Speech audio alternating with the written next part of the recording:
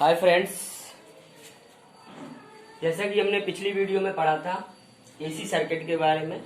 और AC circuit में के बारे में हमने सबसे पहले पढ़ा था एक्टिव कंपोनेंट, पैसिव कंपोनेंट, और हम चर्चा कर रहे थे आर सर्किट पर। तो आर सर्किट में हमने वेव डायग्राम पढ़ा था और इसके बाद हमने उसका वेक्टर डायग्राम पढ़ा था। अब हम उसी के आगे चल रहे थे और मेरी वीडियो यहाँ तक पढ़ाते हुए फिनिश हो गई थी, कुछ प्रॉब्लम आ गई थी। चलो हम फिर से वहीं से चलते हैं। तो देखो, ये एसी सर्किट का आर प्रतिरोधी परपथ बना हुआ है और मैंने बताया था कि ये सोर्स है, ये एसी सोर्स है और इसमें ये प्रतिरोधी सर्किट है और इसमें देखिए ये आई करंट फ्लो हो रही है और बी वोल्टेज दिया गया है। तो मैंने बताया था कि जब मैंने एसी सोर्स दिया है तो इसका कुछ न कुछ तात्क्षणिक मान वोल्टेज होगा, क्योंकि सबसे पहले हम वोल्टेज देंगे। जब सोर्स वोल्टेज देगा तभी उसमें करंट फ्लो होगी, तभी ये जब करंट फ्लो होगी तभी ये सर्किट कहलाएगा। तो मैंने यहाँ पर एसी सोर्स का तात्क्षणिक वोल्टेज, मैंने तात्क्षणिक मान पिछली वीडियो में मैंने बताया था कि तात्क्षणिक मान किसे कहते हैं। तो यहाँ पर एसी सोर्स का तात्क्षणिक वोल्टेज होता है क्या, V = Vm sin omega t। तो अब जब ये वोल्टेज देगा तो इसमें करंट फ्लो होगी। तो करंट कितनी फ्लो होगी, तो अब जब ये इसमें करंट फ्लो होगी तो ये सर्किट कहलाएगा। तो एसी सर्किट में प्रवाहित होने वाली धारा I = V/R, और जो यहाँ पे वोल्टेज का मान था वो मैंने यहाँ पर पुट कर दिया, V = Vm sin omega t। अब जब एसी धारा प्रवाहित होती है तो यहाँ पे अधिकतम मान कितना होगा, तो वो अधिकतम मान निकालने के लिए मैं लिखूंगा धारा का अधिकतम मान। धारा का अधिकतम मान, तो धारा का अधिकतम मान कितना होगा, मैक्सिमम करंट कितनी होगी। तो हम जानते हैं कि साइन के लिए अधिकतम वैल्यू कितनी होती है, 1। तो यहाँ पर साइन ओमेगा टी का मान कितना हो जाएगा, 1। तो यहाँ पर आ जाएगा Vm/R। ये जो आ गया Im का मान आ गया। क्या मैं इस समीकरण सेकंड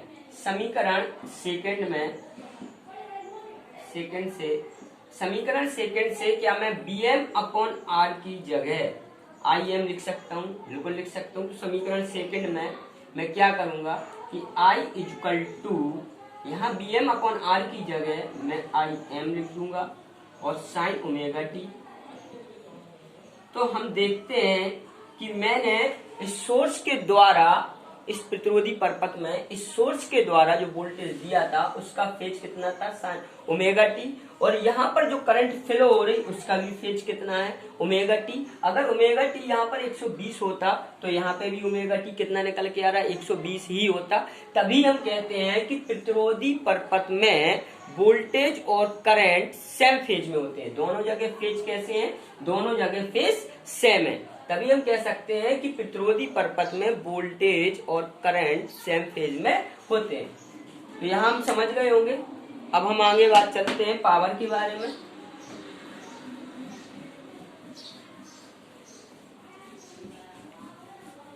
अब हम बात करें प्रतिरोधी सर्किट पावर। तो देखिए, अभी मैंने इस सर्किट में प्रतिरोधी परपथ में मैंने कितना इसमें वोल्टेज दिया था, E = Vm sin omega t दिया था। और करंट कितनी निकल कर आई थी, I = Im sin omega t निकल के आई थी। अब मुझे निकालना है पावर। तो मैं पावर लिखूंगा, पावर शक्ति, इसे हम शक्ति भी कहते हैं। तो पावर P = कितना होता है, Vi।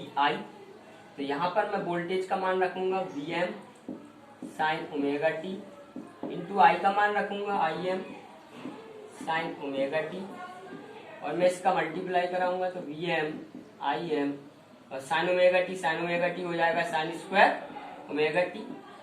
ओके दोस्त, अब हम जानते हैं कि साइन स्क्वायर ओमेगा टी का मान कितना होता है। तो साइन स्क्वायर ओमेगा टी का मान कितना होता है, तो साइन स्क्वायर ओमेगा टी = जानते ही होंगे आप लोग, साइन स्क्वायर ओमेगा टी = होता है 1 - cos 2 ओमेगा टी अपॉन 2। ये वैल्यू मैं यहाँ पुट कर दूंगा तो P = Vm × Im 1 - cos 2 omega T upon 2। Okay दोस्तों, अब मैं इसका मल्टीप्लाई कर दूंगा तो P = Vm × Im upon 2 minus इसका मल्टीप्लाई करूंगा तो Vm Im cos 2 omega T upon 2।